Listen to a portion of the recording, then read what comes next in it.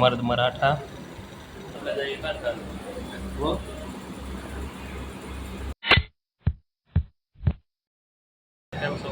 આપણે આવ્યા છીએ સોમનાથ કોલોનીમાં, જ્યાં મારા શેઠે મને હીરા લઈને મોકલ્યો છે એ કારખાને દેવા માટે.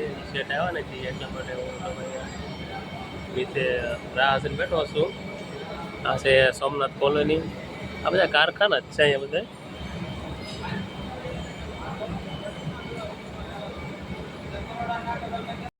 તો આપણે હિતેશભાઈને હીરા આપી દીધા છે.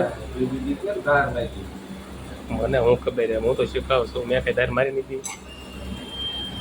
સારું ચટણી રાખી દો ને વખત જાય કારખાને.